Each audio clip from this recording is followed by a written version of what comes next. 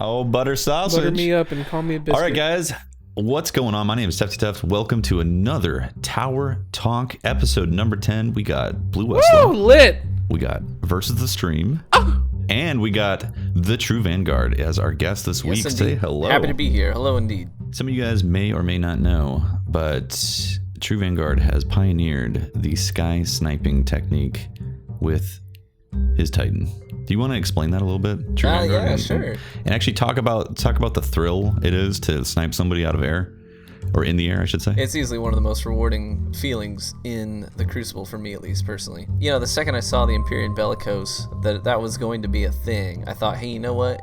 Where Angel of Light fell short, this could actually soar, pun intended, because Titans, when you're gliding through the air, when you're Titan skating, you got that sort of horizontal motion that the Warlocks don't necessarily get with Angel of Light. Angel of Light holds you in place. You stop dead in your tracks in the air, and then you're just like super vulnerable. But when you're doing it with the Titan, with the Bellicose, and you're Titan skating, it's almost like drag sniping, but you don't have to do the drag. Your horizontal movement does the drag for you. Incredibly fun. So it's basically all about creating new sightlines. And if you're an experienced drag scoper, then it can be a lot of fun for you, and it can actually be really effective even against some top tier players. I've had success going up against some of the highest ranked people in trials using that setup. Now, is that because they just are not expecting a snipe from above like that? Absolutely. So let me use Asylum for an example. One of the things that you saw a lot with the Asylum trials is you would often have one or two people on the enemy team who would sprint down the center lane, down mid-jungle, and they'd use the big rubble pile with the tree on top as visual cover as they make the approach to the middle of the map, instead of doing the race to the top, because oftentimes it's just a snipe standoff initially at the top. So a lot of shotgunners would take that low road and they just run straight ahead because they expect that rubble pile to give them cover. But if you jump up with the Empyrean Bellicose, you can get an early snipe. I did this dozens of times. It was actually in my highlights video for the week. But you catch shotgunners early trying to make their push. And so another thing, Twilight Gap was incredible for this as well, because people are always, especially snipers, they set up those hard scopes and they're looking at these specific choke points. But the Empyrean Bellicose can give you sort of an angle that they're not expecting. So while they're trying to reorient their sights, you already know where snipers like to set up, so you can have a lot of success getting an early pick like that. It's a good combination to use with Death from Above, especially if you miss a shot and you're nice. sort of in close quarters. I've not really done that. I need to try it out because I've been noticing more and more that I play as a striker. I'm enjoying that subclass a lot. Like so much so that I feel like I'm cheating on my hunters. The Striker's it's got a great neutral game for sure. So, speaking of sniping and special ammo, In 3v3 playlists, aka which most of us are going to be jumping into, is trials. You don't start off with special ammo, and the special ammo spawning has been changed a little bit.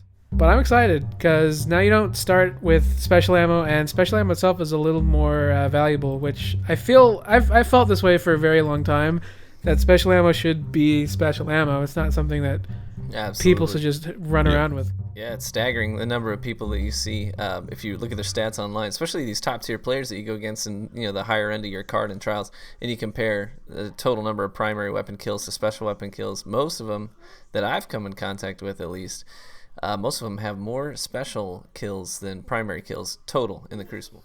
I feel like my stats are like that. Well, you have to adjust. If I were to go look at, because I don't play regular control that often nowadays, and I feel like most of the time my kills come from a sniper or a pickup on a sniper. How do you think about the balance between people who get the first round and there's enough time to pick up special, and then that team has special and they've won that round, and then the next team or the opposing team doesn't have special, and round two comes around for trials or elimination? Yeah, I think I should say.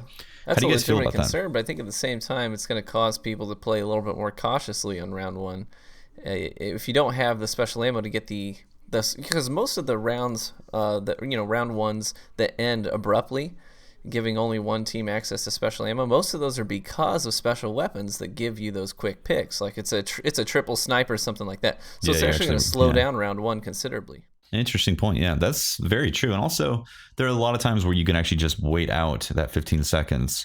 If it is 15 seconds, we don't know Yeah, if they're very going to change often that you possibly. can if they're gonna wait adjust out. it. They did say that you're going to be looking for it a little more.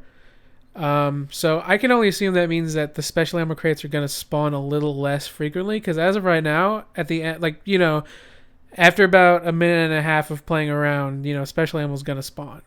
So usually the winning team can rely on that to, if they beat the other team, all right, well, there's a free chance for us to just go grab special ammo if we happen to be close enough to the crate. I don't know how they're going to change that. We don't know if they're going to change that. I can only assume that they're going to a slight bit. But yeah, I mean, I completely agree with what True Vanguard said. I think a lot of those quick rounds go so quick because shotguns and snipers are one-hit kill weapons if you use them properly. So powerful. You can wipe a whole team out within 10 seconds, no problem, if your team properly coordinates themselves to kill every enemy without much hassle. Do you think that they should bring back special ammo dropping if they're going to make it scarce? And I'm not saying that they should. I'm just wondering about this because remember back in vanilla, both heavy and special would drop from an enemy. Heavy was a huge problem because some people thought it was your reward for killing somebody with heavy, but at the same time, it propagated way too much of that throughout the game. If you don't start with special ammo, do you think it'd be worth them bringing back the fact that special would drop every now, or half the ammo that you had or something like that? I don't think so personally. I think continue to leave that out, especially with heavy. But I think that it's definitely heavy. Yeah, a special is still readily available. I mean, a lot of people only start a game with 6 rounds in their sniper rifle if they don't have all the armor and gear that gives them the 12 rounds, and still manage to snipe consistently throughout the entire match, regardless of the fact they only started with 6 rounds. So starting with 0 as opposed to 6 isn't really a ton in the long run. You end up with more special ammo on teams that know what they're doing than maybe more than they deserve just because they're winning. Yeah, that was so broken in year 1. It was kind of ironic because back then, I feel like people used their primaries a lot more than they did, even though we had an overabundance of special ammo and heavy ammo. Even when heavy and special got nerfed and we still had a ton of special ammo, it's just kind of strange to me. I don't know if it's like a lowering of power creep, which if nobody knows what like a power creep is, it's basically like nerfs or buffs progressively making something weaker or stronger, like an entire metagame. I don't know if that has something to do with the primary metagame just getting weaker, or maybe people just slowly realize snipers and shotguns can basically be used as primaries. Yeah, it could have been the learning curve. Yeah, that's true too. You are right though, thinking about it. Before, people would complain about Thorn and Last Word and be like, oh, people only use Thorn and Last Word before Taken King dropped. And then those nerfs felt like they pushed special a little bit more towards you're only using special ammo for most of your game, or for some people being to do with that. Especially after the hand cannon blanket nerf of Thorn, Hawkmoon, and Last Word is getting neutered. Special weapons got a lot better. And then right after the hand cannon nerf is when people were like, "Holy shit! Now shotguns are ridiculous." But that's actually that brings up another thing. That's one of the reasons I'm so excited about the special ammo nerf, is that one of the things it's going to do is it's going to promote more primary gunplay, but at the same time, it's not going to affect how special weapons perform. Because if you were to actually nerf sniper rifles or to nerf shotguns even further than they already are, people would rage. But a good way of nerfing them without affecting how they actually perform is to take away the ammunition. So you're balancing things out without actually damaging, how someone uses those weapons. And also, there's no nerf in 6v6, so you can still spawn in with 12 sniper shots if you have the armor correctly. You can spawn in with 24, actually. If you got the proper perks on. Well, that's true. Yeah. Yeah, I hate ammo. I hate ammo perks in PvP. I don't think they should work. Yeah. I never knew that. Yeah, if you start stacking your perks, because there's a lot of stuff that gives special ammo boost. No, isn't that what and double down down as well? Yeah. Yep. So when I use my effort eat spear with all my sniper ammo armor on, I've got double down. 24. Double down. Plus all the armor spawning in 24 rounds. In theory, I generally don't need to pick up a single box of special throughout the entire 3v3 match. I mean, I would probably have to pick up some crates because I'm not as good at sniping. But like, Halfway through the game, you might I pick get up away crate with or a two, but little you're- too yeah. much because of how much ammo I get, and I think that goes with pretty much all special weapons. And I think the ammo, I wish it were in 6v6. I think 6v6 needs it more than anything. I get that it's supposed to be a fun, just, you know, like free for all meets teamwork type of thing. So 6v6 kind of craziness going on. But at the same time, I just feel like it's so prevalent in that game mode. It's interesting the way they worded it in the update, because they actually made it seem like the data would suggest it wasn't needed. At least the way that Jared Right. presented it. Yeah. Yeah, we're going to have to see next week, or actually the patch drops tomorrow because we're recording this on Monday, how that actually changes these game modes, how they different, or how the fields change, how prevalent might a multi-tool or last word becomes. Actually, that's a good question for you guys. What do you think is going to be the primary choice for opening game? I think we're actually we'll actually have to see how it plays out, because one of the things that's interesting is a lot of people are saying, well, hey, I'm going to be using my invective, or I'm going to be pulling out my icebreaker. So you're actually going to a lot of people are going to be sacrificing their exotic primary in favor of an exotic special. So you may start to see a little bit more differentiation between what people are rolling with in their primary slots. You may see more No Land Beyond too. Absolutely. Do you think you're going to see a lot of people swapping weapons halfway through or during the second round for trials? I think you may, but I think in general people are too lazy to give it that much effort. I don't know. Maybe I don't know. I speak from myself, I guess. If I spawn in with a certain loadout, I rarely change it up. I'm too stubborn. I want to stick Me with too. what I started with. Yeah, I'll only change Yeah, it if me I'm too. getting murdered or steamrolled, and I'm like, all right, this obviously isn't working against this team. Honestly, it doesn't really affect me too much. I'm happy that it's all happening, but I don't see it much changing for me, honestly, because I'm the Mida Warlock that everyone hates, grenade, Mida, melee.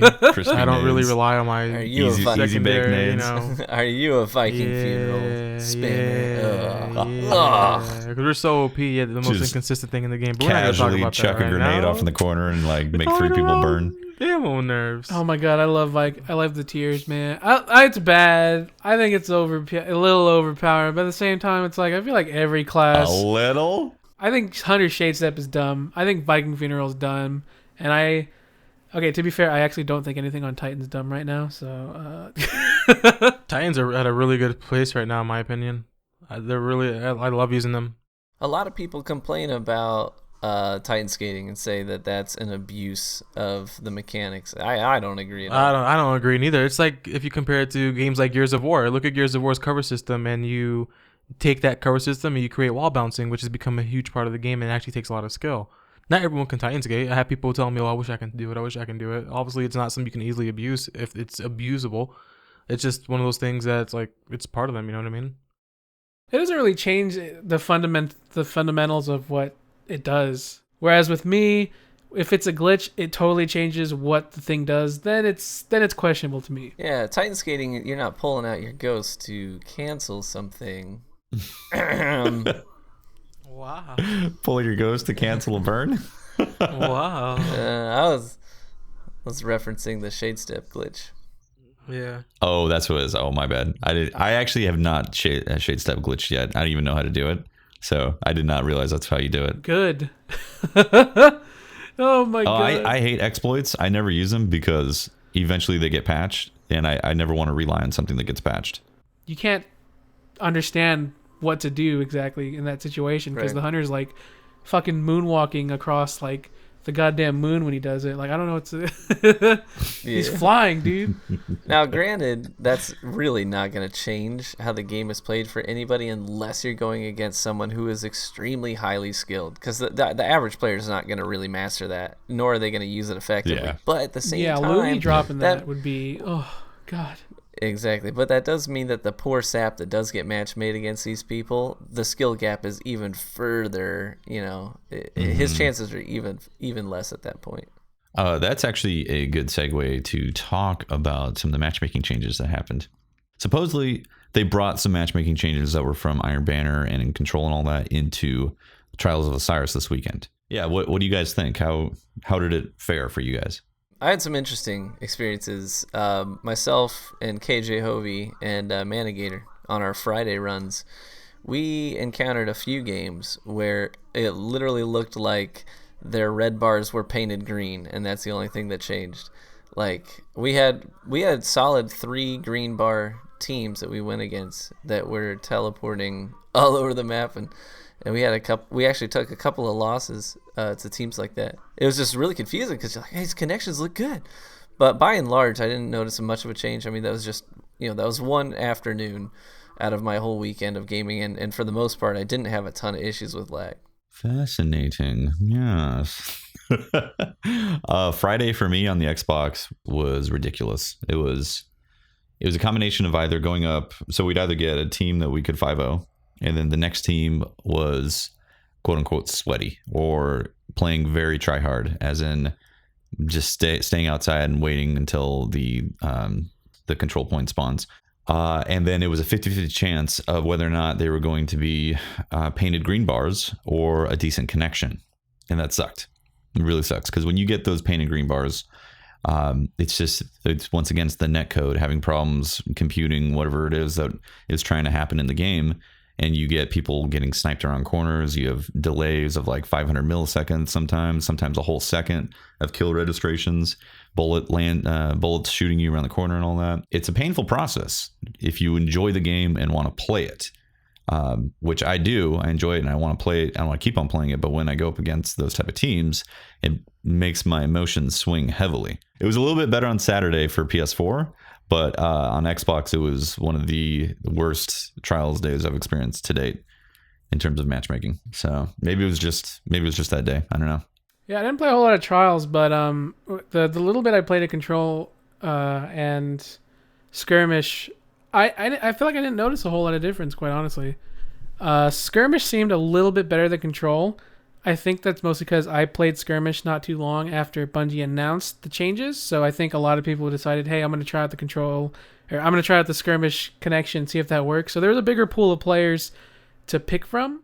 I saw on 2 different occasions Titans that were just legit. They were not playing Destiny. They were glitching around the map. They were playing some other type of game.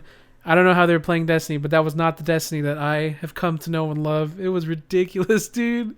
I don't know if you guys know who Wesker is from Resident Evil, but dude, they were freaking teleporting everywhere. And there were little short hops. Like, that's how you know the lag is bad, when they don't even animate. Like, their character just moves short hops across the map.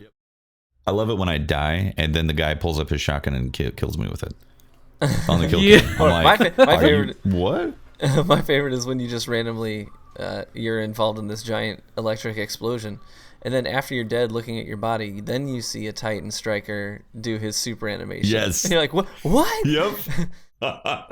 Those are the best. I love those. I love getting killed that way. Time traveling Titans. If we lose and the connections are perfect, I think that's great. It's like I can learn from that. It's an experience that says we got outplayed. Like either they rush really hard or they flex some camping skills that we couldn't overcome.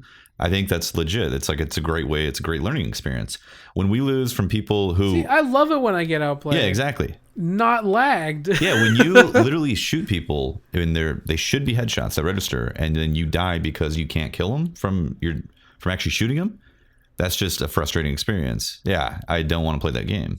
When you play a team that is just serious, like you don't even have a fair fight against them because you're just fighting the lag and you lose, it's like, oh my god, like it's so much more demoralizing. And they will definitely teabag you at the end of it too, just to put salt. They will. I hate that. They will screenshot. I hate that. Like, dude, they're like, guess what? You just got screenshotted because we lagged you out. It's like, come on, come on. He walked around the corner. I can't believe I outsniped didn't even that shoot guy. me. Wow. I shot him first. What a noob. Oh, guess what? Network latency. I can't believe I'm a better sniper. Wow.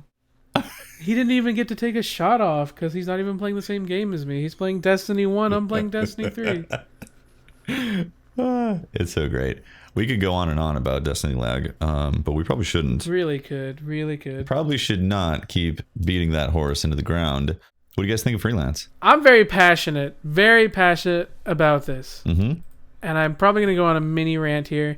A lot of people said this playlist is going to be dead on arrival, but I found all the people that were saying that were the people that already play in groups to begin with. Yeah. So I saw a lot of people who were streamers they're like, oh, freelance, like, oh my god, this, like, no one's gonna play that. And it's like, yeah, you're not gonna play it because you're a streamer and you have a ton of people that you're gonna play with regardless. Like, you know, as people who are YouTubers and streamers, like, we're always gonna have people to play with because we are social and that's what we do.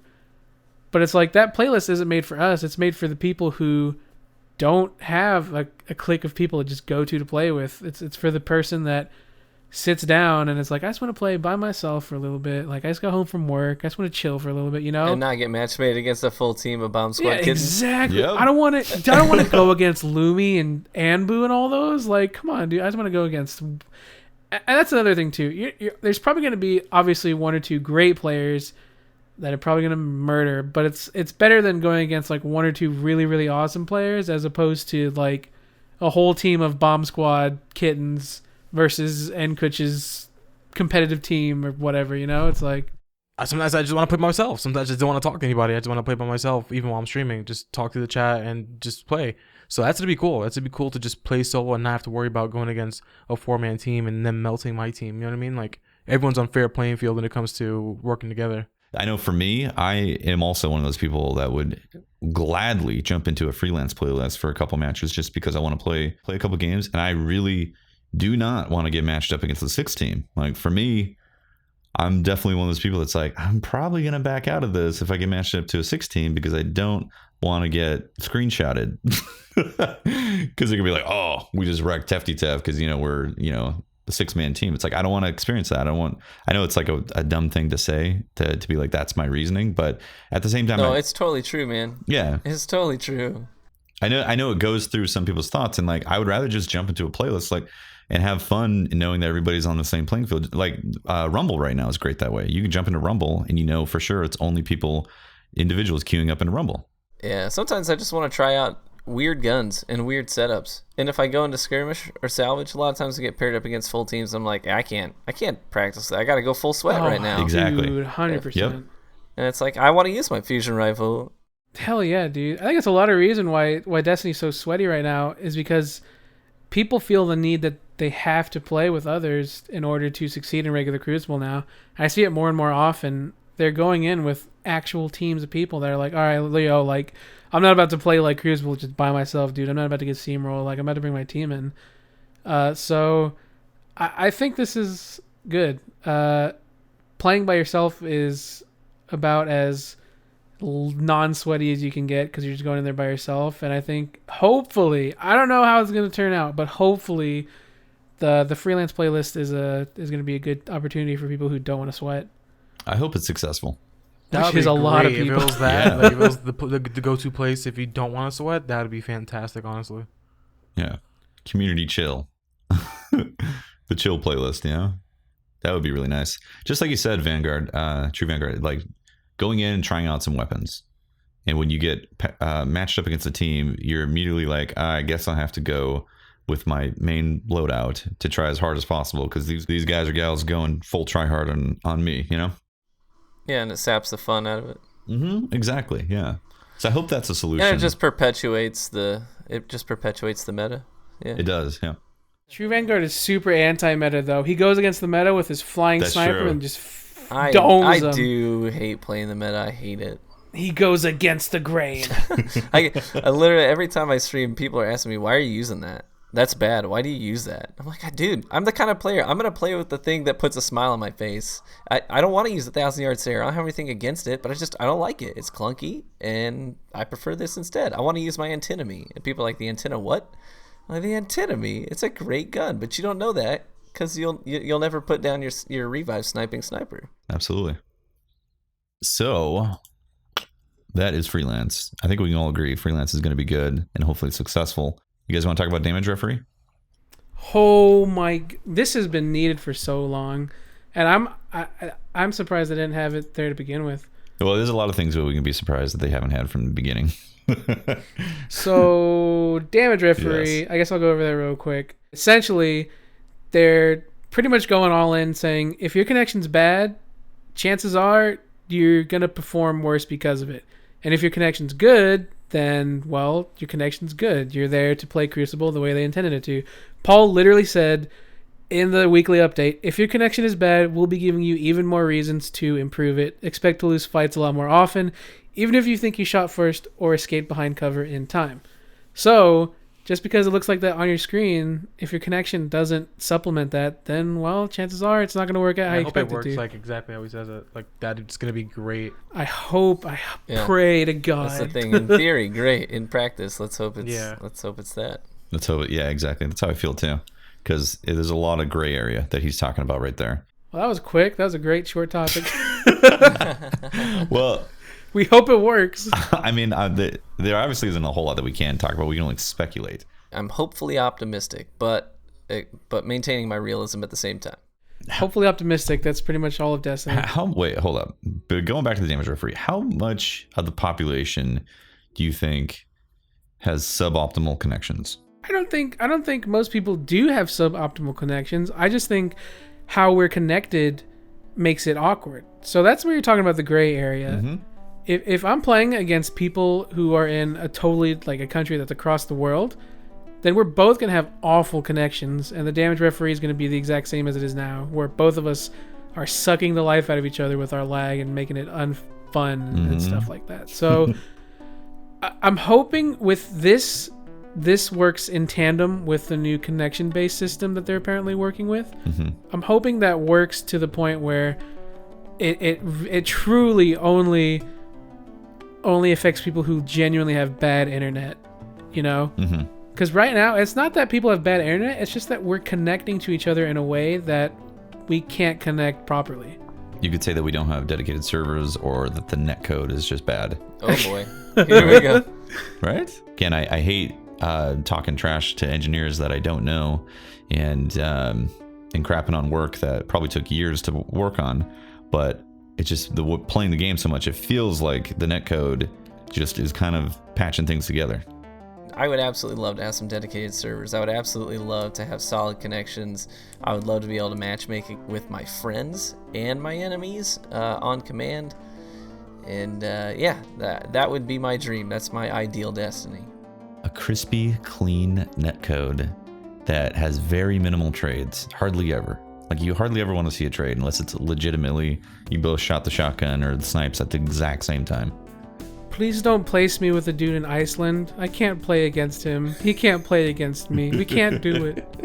Ab, though, he enjoys all the connections in this game. I can speak for him. It's He the tells me best. every day. He says, Honestly, he says this it's game has the best connections ever. I'm still trying to figure out why are they even doing this. Like, there's no reason they should be putting the resources on, just fucking worse servers. It's PvP great. content. Yeah, just more PvP content. I want more PvP modes. Just give me more. Like, the connection's perfectly fine. I just need to use that connection in more ways. So just give me more ways to use it. All right, guys. Thank you so much for listening to our 10th Tower Talk podcast. It's been awesome. You can talk to me at Teft on Twitter. That's twitter.com/Teft.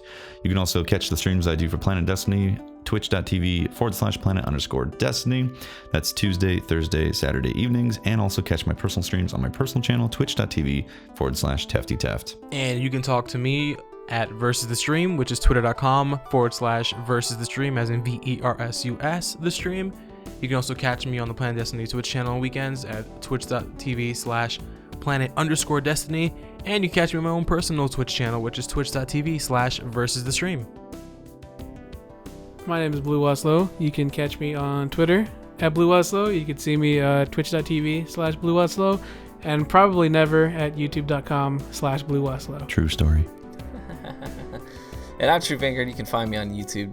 Just search for True Vanguard. You can find me on Twitter at The True Vanguard, and on Twitch. I stream for Planet Destiny on Monday nights with Holtzman. And that's twitch.tv/planet_destiny. Or you can find me on my personal Twitch. We are partnered. We got sick emotes. Yes. And that is twitch.tv/The True Vanguard. Thanks for listening, guys. We all see you next week.